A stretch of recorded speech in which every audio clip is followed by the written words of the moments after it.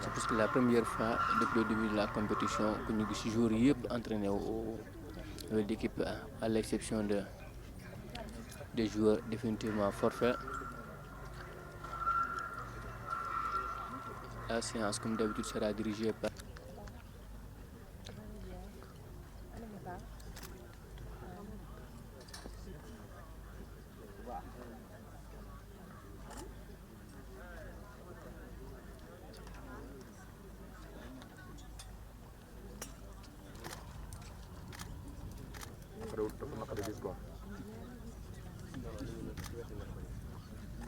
donc c'est un groupe complet avec Youssouf Sabaly et Moussa Niakhaté qui ont rejoint le groupe.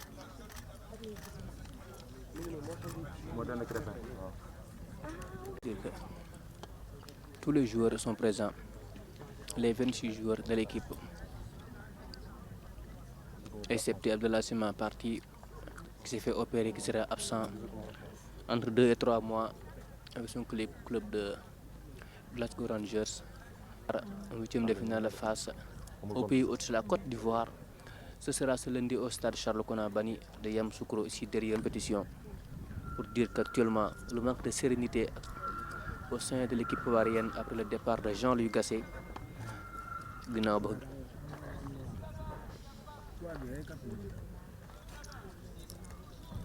Sabaly qui va forcément suivre ben entraînement boo xam ne koy def dañ koy ber moom Youssouf Sabaly.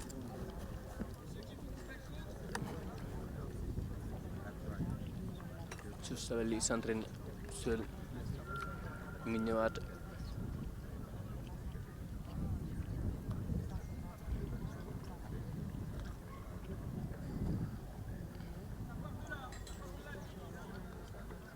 Derrière les Lions, ils vont affronter le Nigeria dans le choc. C'est un classique du football africain avec deux géants du continent.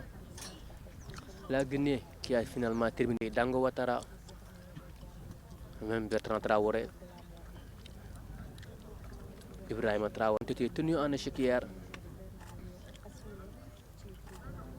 par la Namibie, meilleur buteur avec 5 buts de la compétition. Ils vont jouer la Mauritanie. Les Mourabitounes. Et dans cette équipe mauritanienne, il y a beaucoup de joueurs. Certains ont évolué au Sénégal, certains voulaient porter le maillot national. On pense également à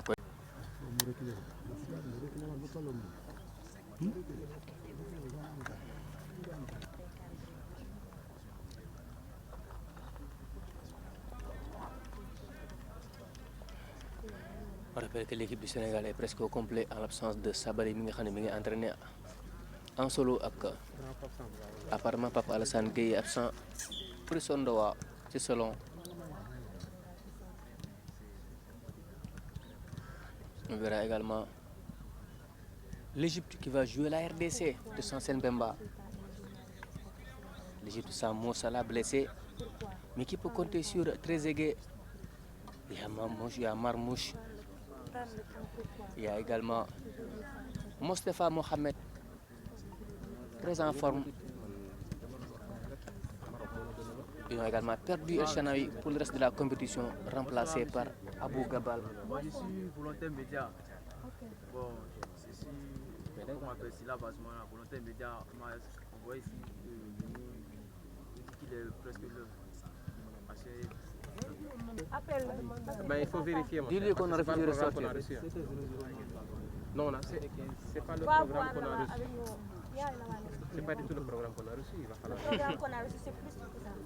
Va voir là-bas. yow est-ce que xam nga li ñu lay wax sa sa tàngaay bi Vérifier d'abord. Xam naa jàkk dafa tàng. ma ne ko ñun ñoo tase mënatoo leen ñoo wax lu ñuy gëm. Jàkk dafa tàng. ba tey la séance se poursuit au stade ba tey ci annexe bu Charles Konan Banny on rappelle équipe bu Sénégal presque au complet à l'absence ñaar ñi nga xam te ne ñoo ci manqué ku ci mel ni Pape Gueye il avait pris un coup face à la Guinée il est pas là nekku fi il y a également Sabali qui est là mais daanaka dañ ko ber parce qu'il est sur le retour Youssouf Sabali il y a quand même le Maroc qui joue l'Afrique du Sud les Bafana les demi-finalistes de la Coupe du Monde les Marocains qui sont favoris tout comme le Sénégal qui sont pour le moment dans une très bonne phase après 2 victoires un match nul en poule avec 7 points. On verra également Angola, Namibie, une affiche peut-être équilibrée, mais où les Angolais partent favoris face aux Brave Warriors. Les huitièmes de finale sont prévus samedi, dimanche, lundi, mardi, mu jeex et on se projette sur les quarts. On se prépare déjà. Dans l'équipe de Aliou Cissé, on a réussi à... Cissé a carrément réussi à trouver un 11 type avec un nouveau système qu'il a testé face au Cameroun en amical en France, avec lequel il a joué face au Niger à domicile, avec lequel il a joué également à Lomé au Togo en qualification de la Coupe du Monde pour la deuxième journée en 2026. C'était un nul, 0 but partout autant pour moi entre les Lions du Sénégal. Nous fàttali une défense composée de Kalidou Koulibaly et de Moussa Niakhaté naturellement puisque Abdoul Diallo est sur le banc. Pape Alassane Gueye devra jouer devant la défense, entre la défense et le milieu, dans un rôle hybride. Sur les côtés, on a forcément Krépin Diatta et Ismaël Jacobs. Les pistons monégasques. Au milieu de terrain, il y aura Lamine Camara accompagné de Pape Matar Sarr pour courir. Et en attaque, le trio Sadio Mané, Habib Diallo, Ismaïla Sarr, laquelle Aliou Cissé a pu compter depuis le début, mis à part l'absence de Niakhaté et de Abdoul Diallo. C'est la même équipe qu'Aliou Cissé va utiliser pour la suite de la compétition. L'équipe d'être très haute, de gagner beaucoup de ballons. Il est présent dans les duels aériens, même s'il ne marque pas beaucoup de buts. Aliou Cissé l'a dit, c'est une équipe qui a des buteurs diversifiés. Lamine Camara est le seul qui a réussi à marquer 2 buts pour le moment. Mais il y a 2 passes décisives de Sadio Mané. Ismaïla Sarr aussi. 2 buts de Lamine Camara. Un de Pape Alassane Gueye, un de Abdoulaye Seck qui a marqué son tout premier but en CAN. Avec le Sénégal, on rappelle Abdoulaye Seck, il était là avec l'équipe au Cameroun, mais il n'avait pas joué, il s'était blessé. Mais dans cette Coupe d'Afrique, il est déjà entré en jeu. Dougouna contre Gambie, Dougouna, c'est joueur également du Casa Sport. Un pur produit du championnat local, du football local. Et pas Malick Diaw, wax nañ ko. Bëri na joueurs yoo xam ne ici ils ont été formés au Sénégal. Équipe bi titulaire boo xoolee am na ci 5 wala 6 joueurs yoo xam ne ils ont été formés ici. On pense à Lamine Camara, Pape Matar Sarr, Sadio Mané. Krépin Diatta était à Oslo lui. Ah Lamine Mandiang Diédhiou ngi nii moom it gis na entraînement bi. Entraînement bi kay gis naa ko Cheikh Diop la ziar di ziar internet yëpp ñuy suivre ci différentes plateformes e-média bon tey entraînement bi gis neen li fi xew pour le moment daanaka li ñu naan exercice réveil musculaire moom la équipe bi toll. yee tànk yi. waaw dañuy yee tànk yi xaw a tàngal yaram yi avant ñoo dugg ci partie yi xaw a gën a yéeg a rythme bi mais yaakaaruma ni dinañ entraînement bi na intense parce que ku xam entraînement Aliou Cissé ouvert à la fraîche du entraînement bi nga xam da ngay ñëw gis muy teg lu kii lu basique lay ñëw teg bon le fait marquant mooy gis nañ Sabaly depuis sànq mu ngi def ay tours et on semble que le joueur monte en régime. L'autre fait notable mooy l'absence de Pape Gueye loolu daal moom mooy le grand fait notable ci séance bi tey mais pour le reste moom c'est juste ce sera juste la routine quoi pour ñu tàmm seet entraînement équipe nationale Sénégal moom li ñu yàgg gis rek lañ nar a yàggaat gis incha allah. mais si ba Sabaly ñëwaatee tey jii est-ce que tu penses que je ne peux pas dire ne doit ou ne peut mais bon ça dépendra d'Aliou Cissé mais actuellement avec la forme qu'affiche Krépin Diatta je pense pas que c'est la meilleure solution soit de rapidement mettre Youssouf Sabaly dans le bain. C'est un joueur qui n'a plus joué depuis septembre, presque une éternité, plus de 4 mois presque sans jouer, donc il est tout à fait normal de l'intégrer lentement mais progressivement dans ci entraînement bi. Et monsieur le ministre ci pour à part avant le premier match bi mooy séance bi nga xam ne moom lañ soog a gisaat équipe groupe bi presque mu nekk au complet il ne manque que Pape Gueye évidemment Cap de la Cima n'est pas là parce que dafa ñibbiwaat Écosse. dañuy partager ñaari sentiment parce que demoon toogoon nañ ba pare en plus bëgguñu woon jouer ak Sénégal ñun ñoo sénégalais supporters ñooy xaw a ragal mais ñoom au fond bëgguñu woon jouer ak l'équipe du Sénégal ñoom xamoon nañ ko donc tey jii bu ñu qualifié ñu war a jouer Sénégal. Et ils vous diront que tey jii dinañu jouer parce que amuñu lu ñu ñàkk ñu qualifié nañ bu leen Sénégal gagné en quelque sorte du doon gàcce parce que dañ naan Sénégal moo ëpp doole ci compétition bi te ñoom bu ñu gagné day nekk man est-ce que exploit lay doon si ñoom loolu moo tax tey jii ñoom les supporters ils sont un peu partagés ci li nga xamante ne moo di sentiment bi ñuy am ñenn ñi sax nee nañ jor woon ñuy qualifié mais am na ñoo xam ne gëm nañ ko ba tey ndax sport la te lu nekk mën na am mais fi daal yaakaar na ne Sénégal côté supporter amuñu luñ ciy xalaat ndax boo xoolee Cheikh ñetti match yu ñu fi am Sénégal Guinée Sénégal Gambie Sénégal Cameroun stade bi à chaque fois am na supporters sénégalais yoo xam te ne bëri nañ fii y a beaucoup de mobilisation gis nañu 12e Gaïndé gis nañu également Allez Casa gis nañu Lébou gi ak waa kër Babou Ngomi également à chaque fois stade dañuy def beaucoup d'ambiance loolu également je pense que côté boobu sénégalais yi amuñu fa crainte yu bëri comparé ak les supporters ivoiriens yi nga xamante ne lu si mën di xew ñoo ëpp stade daal.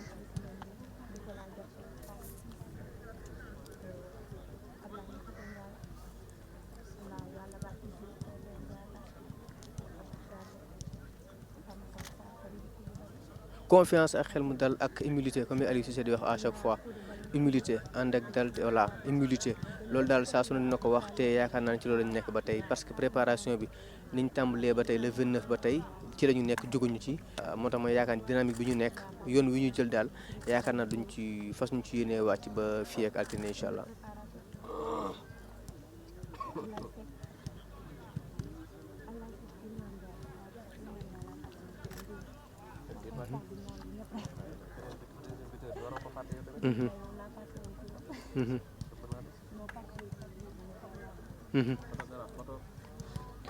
Justement parce que boo xoolee match yu njëkk yi ñu ngi koy joué 14h Aliou Cissé ba ñu ko laajee doon na ko wax ne tey jii nii compétition bi mel ne CAF mënatuñu joué ay match à 14h c'est pas normal pour joueurs yoo xam ne ñu si bëri ñu ngi évoluer ci championnat yu mag yi wala dëkk yoo xam ne taxu ko tàng lool.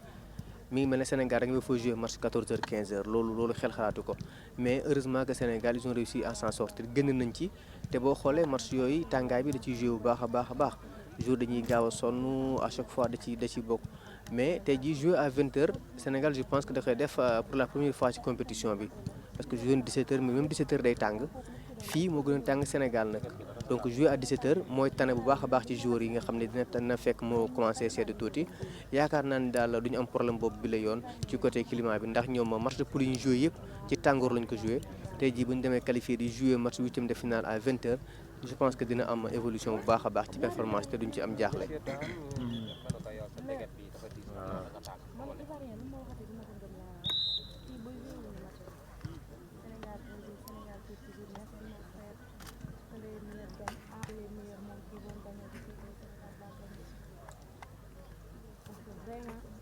loolu kay du doy suñu Cheikh loolu moom yaakaar naa ne bu mënee am moom mooy doon lu gën parce que tey ji équipe buy joué boo sañoon am le soutien de tes supporters de ton public loolu sax moo tax ñu bëri di bëgg organiser voilà di si jàpp loolu je pense que tey jii bu ko Sénégalais mën a am yokk doole supporters yi dina gën a baax mais aussi benn cri de cœur bi ñuy def seen Cheikh mooy dañu gis ne bu ñu demee ba stade ñun dañoo remarqué ne premier match bi dañu boole woon lébu gi ak 12e Gaïndé ak LA Casa ñi sol verte ñi sol jaune ñi sol rouge ñu ànd supporter équipe du Sénégal mais on a remarqué depuis match bu mu jàllee ba léegi à chaque fois bu ñëwee stade dañuy tas ñii dañuy jaar ni waa 12e Gaïndé bi nga xam ne daa xaaj ñaar waa kër Issa Laye Diop ñi lañuy jaar waa kër Paco jaar ni Casa Sport LA Casa jaar ne lébu gi tam moo ci ànd ak waa 12e Gaïndé waa kër Babou Ngom ñoom dañuy tëgg si tribune yi fi ñuy commenté match yi je pense que tey jii li gënoon mooy ñu def mobilisation boole doole yi je pense que moo doon gën par rapport ak soutien bi ñuy amal équipe bi mais y a une certaine division boo xam ne daal ñu ngi koy gis ci supporters yi te loolu bokkul ci li nga xam ne boobu booloo bi ak maa ngi ko wutiwaat ndam li te yaakaar naa ne loolu du rafet.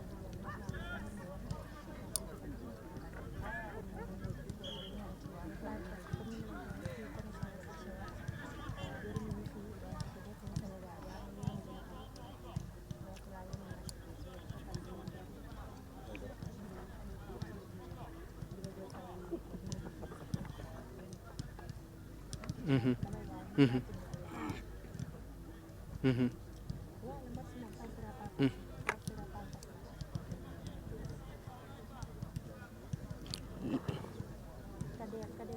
Mhm.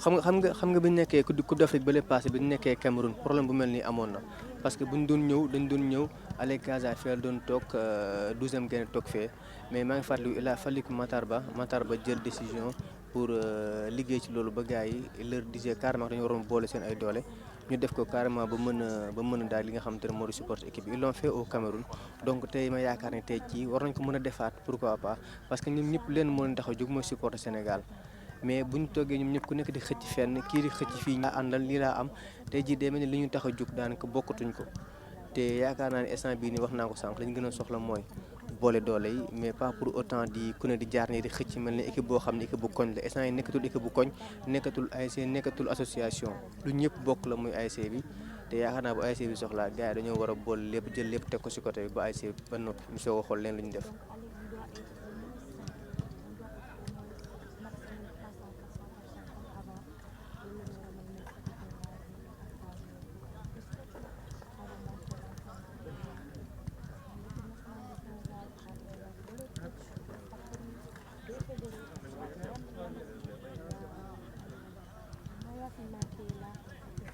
déjà ñoom dañ doon supporter Sénégal c'est un pays boo xamante ne ñoom bëgg nañ Sénégal trop doon nañ supporter Sénégal moo tax sax bëgguñu woon ñu tase ak ñoom au départ mais nag bañ ne ñu ne ñoom ñooy tase naturellement forcément comme en tant que supporter dañuy wane seen bëgg seen réew aussi mais lépp mi ngi am dans le fair play amul benn débordement amul benn problème boo xamante ne ñu ngi seen parce que ñoom amuñu problème yooyu soit dañ leen di gagné soit ñu gagné soit ñu avancé tooñante bi mi ngi fiy am nee na bu ñu leen gagné ñun bu ñu leen gagné dañu jox ceeb ñuy lekk ba faaw ñun nag bu doon ñoom ñoo ñu gagné ñu jox ñu accès bu bëri ñu yóbbu Sénégal di ko dundee saa su ne mais yaakaar naa ne ambiance bi daal amul benn problème bi si gars yi di xalaat amu si pour le moment ici à Yamoussoukro en tout cas lépp mi ngi am si fair play tooñante après ça mu jeex parce que boo xoolee Cheikh peuple yi sorantewul entre Sénégal ak Côte d'Ivoire c'est les mêmes peuples c'est les mêmes supporters daanaka amul différence bu bëri à part souvent les langues mais même peuple la daanaka en tout cas yaakaar naa lépp dina am ci atmosphère ak jàmm ak salaam.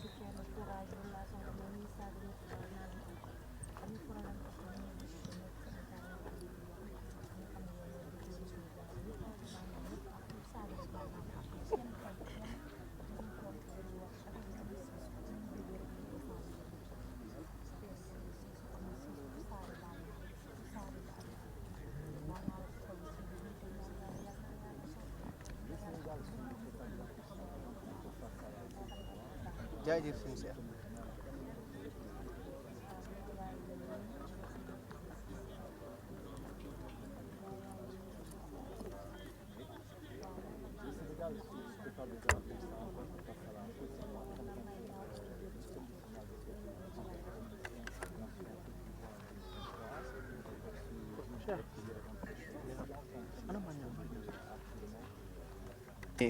Il n'a pas encore retrouvé son niveau. Là, on voit Gana Gueye l'expérimenter avec ses 5 CAN disputées avec le Sénégal. Il a déjà une passe décisive face au Cameroun pour Sadio Mané. Une interception à l'origine du but face à la Guinée, Gana Gueye.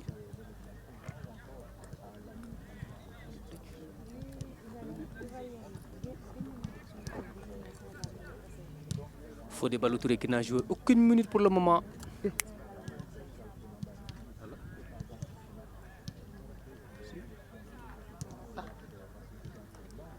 Ok, autant pour moi. Serigne Saliou dem rectifier na ma nee na Fodé Ballo ñam na Abdoulaye Niakhate Ndiaye moo ñamagul. Formose. Abdoulaye Niakhate Ndiaye ñamagul Modou Diaw it ñamagul. Formose. Sabaly non plus. Youssouf n'a pas encore joué. Depuis bu mu blessé ba léegi il est sur le retour.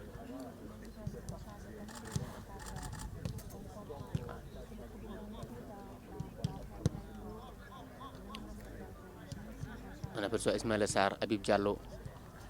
Le nouveau titulaire de l'équipe, Kalidou Koulibaly aussi. Fodé Ballo-Touré. Pour le moment, il y a 12 joueurs qui sont de nouveaux joueurs qui n'ont pas été au Cameroun avec le Sénégal.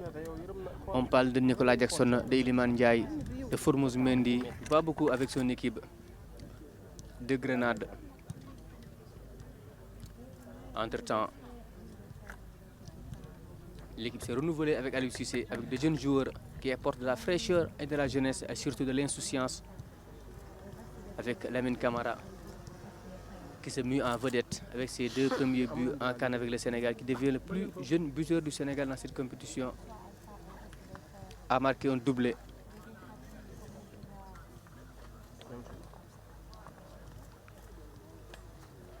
Abdoulaye Diallo qui avait pris un carton volontairement face au Cameroun.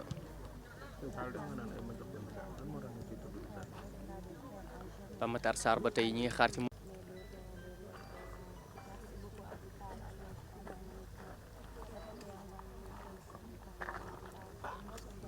Dans les buts, on voit il y a Mori Diaw, Alfred Gomis et Edouard Mendy qui a sauvé le Sénégal. Il est arrêté à la 93e minute. Il l'a fait, Edouard Mendy.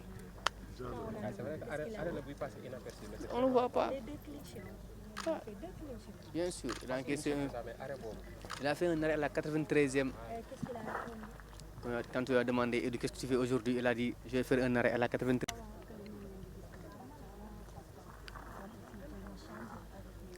ba ñu doy ba noppi dañoo ber joueur yi nga xam ne mooy 11 bi daanaka ñu jongante woon ñenn ñi la ñu ber nii yaa Jacobs yaa Habib Diallo yaa Crépin Ismaïla Sarr Abdoulaye Seck qui sont à côté, ceux qui sont sortis du banc jamono yi ñoom ñoo ne ci biir terrain bi def ko ñetti pàcc ñenn ñi sol bleu ñenn ñi noir ñenn ñi orange ñu jaare fa tàllamp yi.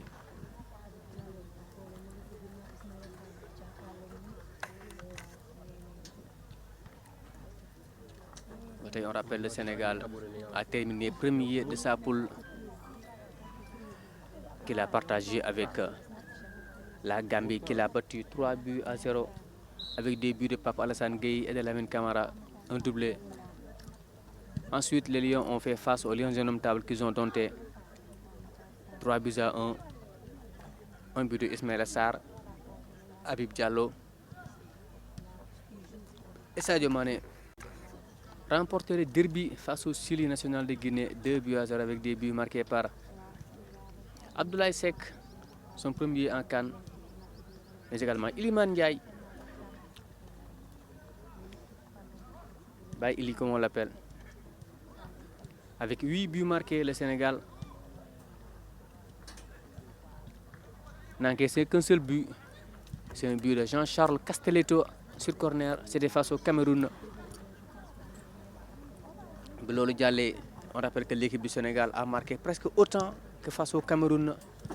Le Sénégal a marqué 9 buts au total, 9 pour l'ensemble de la compétition. Et cette fois-ci, le Sénégal a déjà marqué 8 buts, ce qui n'est pas rien pour dire que l'efficacité offensive de l'équipe du Sénégal est en net progrès. On rappelle au Cameroun, premier match face au Zimbabwe, c'était un penalty de Sadio Mané à la 95e sur une frappe de Pape Gueye, touché de la main par un défenseur. Lors du deuxième match, c'était face au Chili de Guinée. 0 but partout, avec un match laborieux.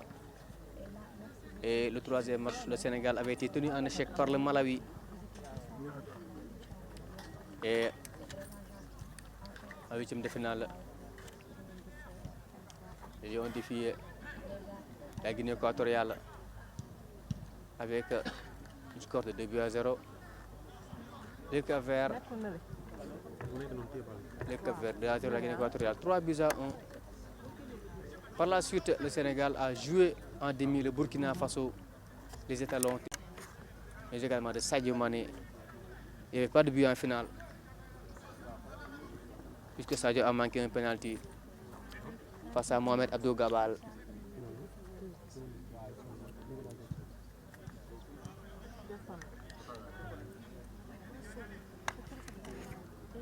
C'est lundi, le pays hôte, la Côte d'Ivoire, en huitième de finale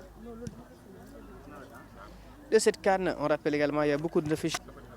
Il y a Égypte, RDC, Guinée équatoriale et Guinée Conakry. Il y a Afrique du Sud, les Bafana Bafana qui jouent le Maroc, le Royaume chérifien. Il y a le Cap-Vert qui joue la Namibie. Également l'Angola, autant pour moi, Cap-Vert qui joue la Mauritanie, autant pour moi, l'Angola qui joue la Namibie et le Cameroun qui fait face aux Super Eagles du Nigeria. Le Cameroun compensé, éliminé grâce à Christopher Wu, qui est qualifié face à la Gambie avec des buts également de Karl Toko Ekambi. Et la Gambie qui a perdu son sélectionneur Tom Saint-Fit, tout comme l'Algérie, Djamel Belmadi est parti. Il y a également la Tunisie qui a perdu Jalel Kadri, de même que le Ghana. Déjà, il y a beaucoup d'entraîneurs qui sont limogés, soit démissionnaires. On pense à Jean-Louis Gasset de la Côte d'Ivoire, qui a essuyé un revers face à la Guinée équatoriale, qui a déposé sa lettre de démission. Simplement chez les dames, on va jouer les jeux. Côte d'Ivoire, et même Algérie, il s'est intéressé à Hervé Renard pour entraîner l'équipe après le départ de Djamel Belmadi, qui est sur 3 échecs. Double XL. On pense également à Emiliano Insoué avec ses 5 buts à 34 ans, qui est en 3e division espagnole. Information yëpp Saliou moom koy jox. Saliou Dem, il me donne toutes ces informations lui. Sénégal qui doit se venger de la Côte d'Ivoire. On rappelle en 92, le Sénégal a organisé Cannes. C'est la Côte d'Ivoire qui est venue à Dakar remporter la coupe. Cette fois-ci, les Lions du Sénégal ont le devoir de mémoire remporter cette coupe en terre ivoirienne, comme ils l'ont fait face aux Lions indomptables, parce que 2002, dañ dem Mali Cameroun xañ leen koy ñëw dem ko jël ko seen dëkk. Côte d'Ivoire moo ko jël 92 à Dakar face au Ghana avec les tiro bi bu yàgg diggante ñaari équipe yi. Tey jii ñu war a tase ñoom ñaar, une bête blessée qui est là, avec des joueurs qui auront forcément envie de se racheter après le camouflet face aux alangues nationales. L'équipe du Sénégal qui veut poursuivre la dynamique victorieuse. On va voir de très bons duels entre Sadio Mané, pourquoi pas, et Serge Aurier. Et pourquoi pas un duel entre Seko Fofana et Lamine Camara. On attend beaucoup de ça, et Pape Alassane Gueye. On verra également pourquoi pas du Sébastien Haller face à Moussa Niakhaté ou même Kalidou Koulibaly. Sur les côtés,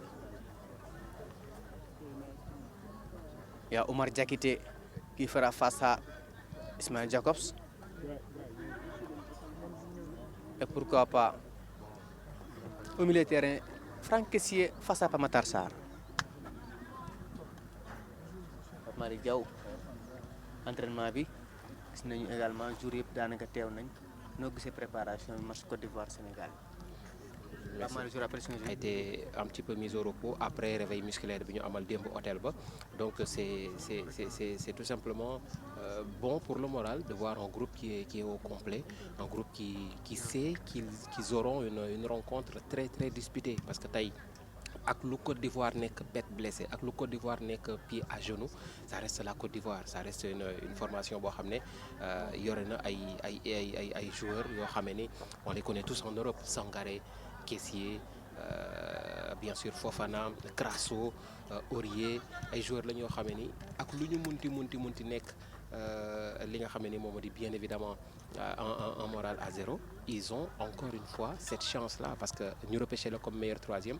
C'est une seconde chance. On a même entendu l'entraîneur intérim pour le moment di Emerse Faé am nañu dette tey contre ak li nga xam ne moo di public bi am nañu dette ak population bi donc dette boobu la ñu bëgg a fayu et comme ni ma ko waxee rien que de jouer face au Sénégal doy na motivation Massamak nag nga dajeek moom nekk bête blessé amel bor public bi bëgg ko éliminer le champion en titre parce que tey la Côte d'Ivoire s'il parvient à éliminer 50-50 pour man même bu fekkee ne le Sénégal est favori mais attention à ce réveil là des éléphants donc rester concentré jusqu'au bout physiquement être prêt parce que match la boo xam ne ça va être âprement discuté bu ñu demee par exemple prolongation man du ma bett parce que tey la Côte d'Ivoire du ñëw rek asaaloo match bi dina ñëw jël ko tranquillement parce que uute na ak match de poule da ngay calculer bii dóor mu toog la donc dóor mu toog c'est une autre compétition qui commence c'est une autre compétition qui démarre donc jël match bi avec beaucoup de tranquillité dans la composition da ngay changer wala lan ngay indi face à l'équipe de la Côte d'Ivoire lan nga jàpp ne tey ci bokk indi tactiquement sur le terrain mën nga gagner facilement cette équipe de la Côte d'Ivoire. Mais Cheikh absolument rien je pense c'est que entrée gis nañu également ce retour là de Pape Matar Sarr dans l'entrejeu et booy xool même efficacité bi la ñu am même bu fekkee ni 3 joueurs presque ou 4 tourné nañu ci 3 matchs yooyu donc. Venir avec cette même intensité cette même philosophie de jeu moo di jouer à la baballe xool adversaire bi xam fu ñu ko mën a jaar et surtout s'appuyer ci entrejeu bi nga xam ne pour man c'est ce qui a fait la différence ci 3 matchs yi milieu de terrain bi cette défense elle est solide benn but marqué même ci CAN bi ñu jógee elle a été solide donc man je ne m'inquiète pas pour la défense le milieu de terrain ci la Aliou Cissé appuyé wu pour rajeunir un petit peu ce groupe là et il a vu juste parce que man pour man ko amal 4 CAN boo ci amul jàngat mun nga bàyyi et ci 4 CAN yooyu am na ci jàngat gis na ni rajeunir ce milieu de terrain là ça lui a beaucoup apporté rajeunir ce milieu de terrain là c'est-à-dire ci secteur boobu la balle bi di ñëw pour jugee ci milieu de terrain bi ñëw ci attaque bi mais pour jugee ci défense bi ñëw ci milieu de terrain bi encore une fois donc le milieu de terrain a un boulot extrêmement important à faire au sein de cette équipe ñoom ñooy ravitailler mais ñoom ñooy génnee balu défense bi donc venir avec cette même philosophie et am esprit ni c'est la Côte d'Ivoire on peut battre n'importe quelle équipe on est champion en titre et pour être encore champion il va falloir battre les meilleurs. Battre les meilleurs, Pape Malick Diaw, c'est l'analyse de Pape Malick Diaw fils de Pape Malick Diaw.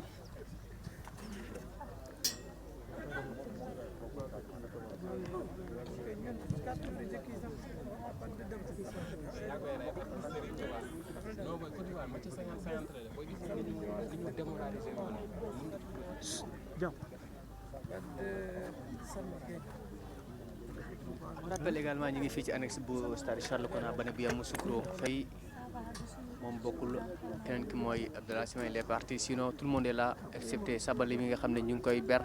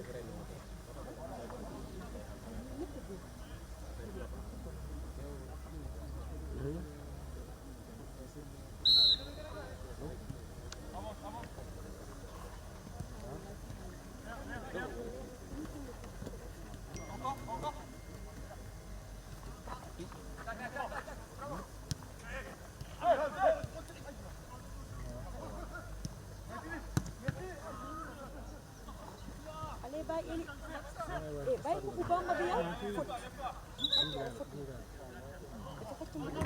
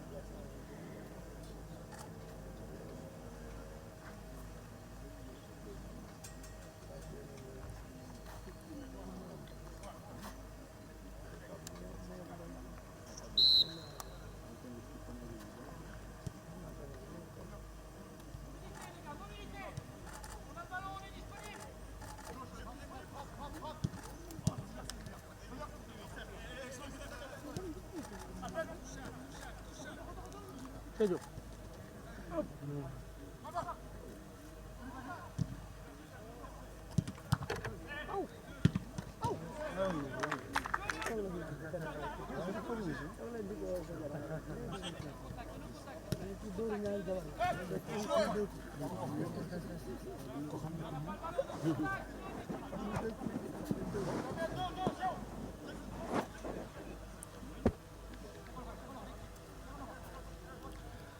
Comme vous le savez, on rappelle ñu ngi fii ba tey ci annexe bu stade Charles Kounaba séance d'entraînement de reprise bu Gaindé Sénégal ñu war a jogante ak Côte d'Ivoire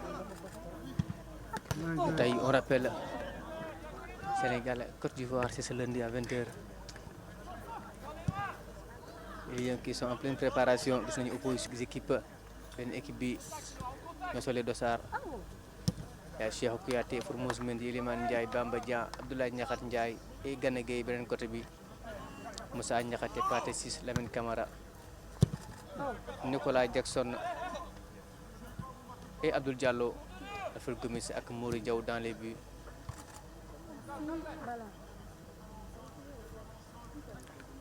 C'est une opposition entre deux équipes.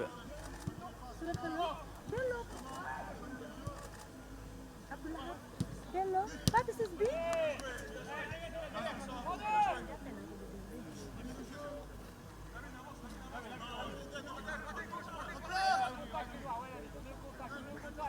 Joueurs yi nga xam ne ñoo jogante Sénégal ak Guinée ñoo tàmbali pour le moment dañ leen a ber. Hey.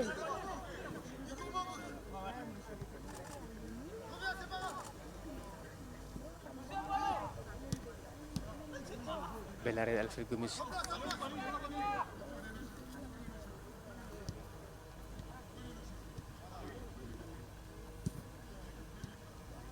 Ay Bamba Dieng au duel face à Moussa Niakhaté qui se bat.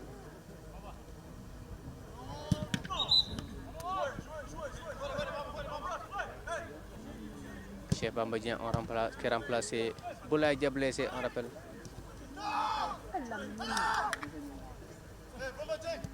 Gana Gueye Abdoulaye Diakhar Ndiaye, on va commenter le match quand même. Cheikh Kouyaté en défense qui joue pour Iliman Ndiaye qui perd la balle. Alfred Gomis qui joue avec Abdoulaye Diakhar Ndiaye. Cheikh Kouyaté ñëwaat na pressé par Lamine Camara. Abdou Diallo la frappe repoussé par Alfred Gomis, partie 6.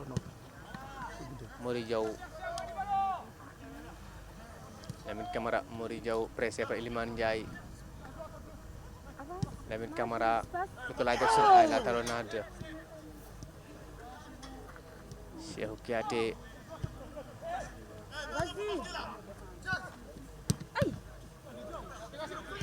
Lamine Camara qui n'arrive pas à marquer.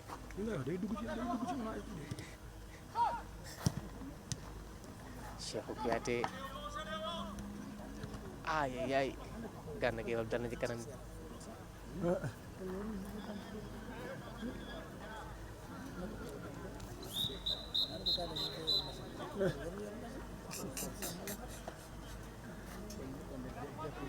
ñu ngi noppalu ginnaaw ba ñu defee opposition ba pare moo récupérer après reprendre.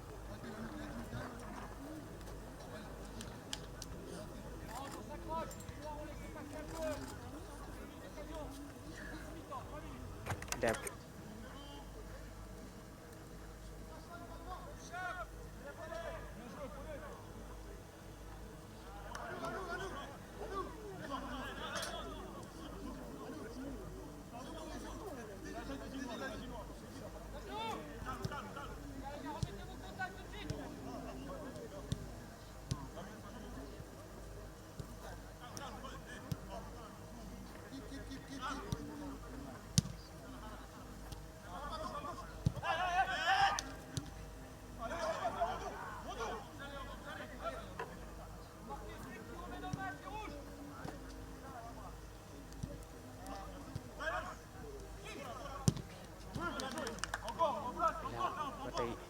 daanaka l'équipe habillée en noir moo ëpp doole. Cheikh Kouyaté daa mel ne fippu na Cheikhou. Iliman Ndiaye qui cherchait Bamba Dieng aïe.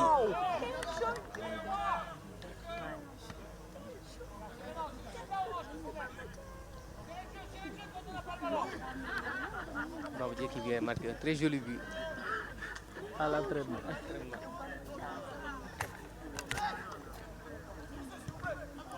Abdou Diallo qui manque la manquable.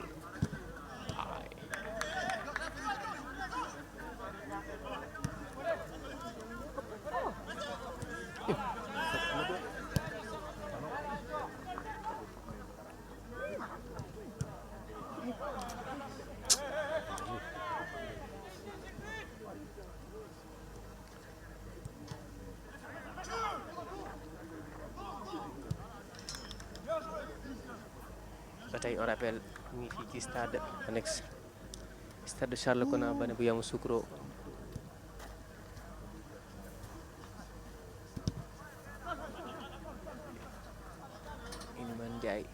pas réussi à marquer lui.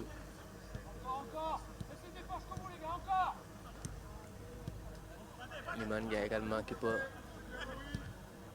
constituer une des garanties du banc de l'équipe du Sénégal. Ndiaye, il le montre.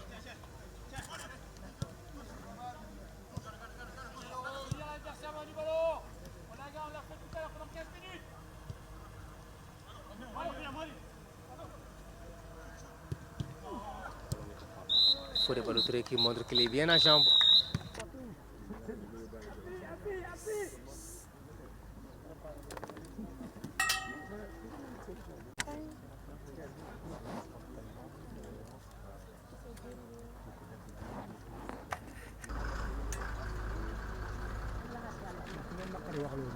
meilleur jeune lan lay def si yéen est-ce que da leen di doon te yéen ngeen nekk jeune nekk ci équipe bi ci phase de poule. Bon ñu koy félicité bu baax a baax aussi Diaw fi nga taxaw baax na continuer li nekk di def depuis gis résultat ak performance yi bon première en man maa ngi koy félicité bu baax a baax di ko ñaax mu koy continuer ñëpp ko soxla équipe bi soxla nañ ko fédération Sénégal soxla nañ ko ma ko ñëpp ñaanal performance bi yàlla champion d'Afrique yi dañ leen xaar bu baax a baax ci phase de poule ngeen ñëw dëggal seen bopp def ñetti ndam ñetti victoire ñetti match ñetti victoire ban bilan ngay tiré ci phase de poule yi donte nag gisaguñ na ci terrain bi. bon bilan bu positif la forcément quoi parce que ñëpp ñu doon xaar tirage yi gars yi doon wax poule de mort poule de la mort Sénégal ak gën a génne du génn ñu ñëw gagné suñu 3 matchs yëpp ñu ngi félicité équipe bi di félicité staff bi di félicité groupe bi yëpp quoi ci performance bi ñu def après bon 3 matchs yi jàll na quoi instant yi beneen compétition mooy commencé tey nañuy gën a concentré tey nañuy gën a doubler effort te tey nañuy gën a yokk lu ñu doon def quoi malgré ne bon après comme ni nga wax gisaguñ ci groupe bi maa ngi ci groupe bi bon gars yi 11 lañuy gis mais ñun 27 lañ ñun ñëpp quoi en fait ñun ñëpp booloo doon benn ku jéew ku jéewul yëpp ñun ñëpp ñoo am benn idée bi mooy gagné quoi équipe bi su gagné duñ ne 11 yi ñoo gagné le Sénégal moo gagné groupe bi la quoi. Sénégal Côte d'Ivoire pour quart de finale pour huitième de finale yi mu match boo xam ne ñëpp a ngi koy waxtaanee est-ce que seen biir démb seetaan ngeen match bi déjà Maroc ak Zambie naka ngeen ko dundee parce que yéen a ngi woon gisoon nañ leen ñu toog di waxtaan par rapport à ça. bon seetaan nañ ko après match bu mu jeexee xam nañ ni Côte d'Ivoire nañuy am. après dañ koy préparé comme Zambie suñu amoon Zambie dañ ko doon préparé noonu lañ koy préparé parce que dañu waxante dëgg coupe soo ko bëggee jël doo taamu adversaire boo war a jouer quoi pare nañ pour jouer adversaire yëpp doo ko bëgg a gagné coupe foog nga gagné grand yi quoi dañuy préparé comme ni ñu war a préparé match yëpp waajal comme ni ñu ko war a waajee adversaire la malgré moo organisé compétition bi mais ñun amuñu ko ñuy sóoraale quoi suñu groupe nañu yor ak suñu tactique nañu yor moom nañuy ñëw wane di ñaan yàlla may ñu si ndam quoi. Comment Sénégal, on va dire Sénégal Côte d'Ivoire pour les affiches, pour les huitièmes de finale. Comment vous avez accueilli cette affiche Sénégal Côte d'Ivoire? Bon, c'est une bonne affiche parce qu'on sait que Côte d'Ivoire c'est une très bonne équipe. Voilà, on essaye de les aborder de la meilleure des façons. Même s'ils ont un peu de difficultés, mais ça rien parce qu'on sait que la CAN c'est une autre compétition, c'est un peu différent. Voilà, on essaie de les aborder de la meilleure des façons. Ça n'a jamais changé. On est là, on travaille, le groupe vit bien et on a les pieds sur terre. On continue à travailler et essayer de garder notre objectif qui nous a ramenés ici, c'est aller le plus loin possible. On va parler de Lamine Camara, élu meilleur jeune pour les phases de poule. Est-ce que c'est une source de motivation pour vous aujourd'hui? Oui, c'est une source de motivation parce que tu sais, Lamine, c'est un joueur que j'apprécie bien. Et comme je lui dis, j'aime bien jouer avec lui parce qu'il est généreux, il nous fait beaucoup de bien.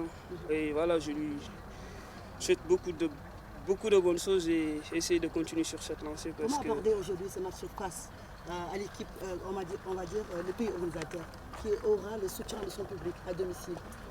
Un match compliqué, non? Bon, je ne pense pas que ce sera compliqué. Ça reste un match de football. Voilà, on essaye de les aborder de la meilleure des façons pour essayer de passer pour les tours suivants. Pape, vous avez pris une nouvelle dimension dans cette équipe. On a remarqué aussi que vous êtes devenu beaucoup plus costaud et teigneux dans les duels. Qu'est-ce qui explique ce changement?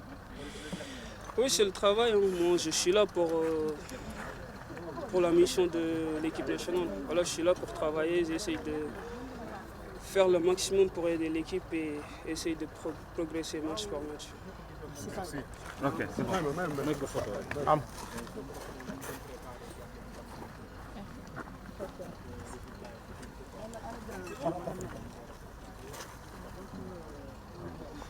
laal ñu sourire lu bokk mais ñu géej gi bokk. Merci beaucoup. Merci.